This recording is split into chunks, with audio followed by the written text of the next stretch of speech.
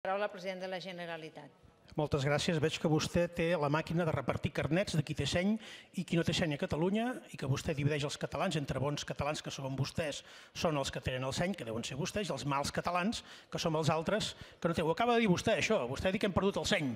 Per tant, jo li demano que sigui una mica més moderada per casar discurs amb fets, perquè vostès volen anar de força moderada, però aquí quan volen desqualificar l'adversari li diuen que és un forassenyat, que munta xiringuitos, quan això es podria debatre políticament i discrepar ideològicament. Li diré alguna cosa perquè aclarir exactament la justa mesura de les seves obsessions.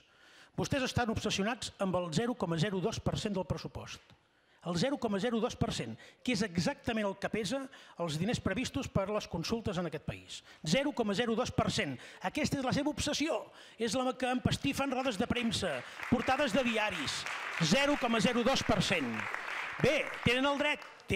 Deixi'm que nosaltres ens ocupem d'aquest més del 74% de despesa social que tenen els pressupostos de la Generalitat de Catalunya. Ens interessa més debatre sobre aquest 75% gairebé de despesa social que tenen els pressupostos de la Generalitat de Catalunya.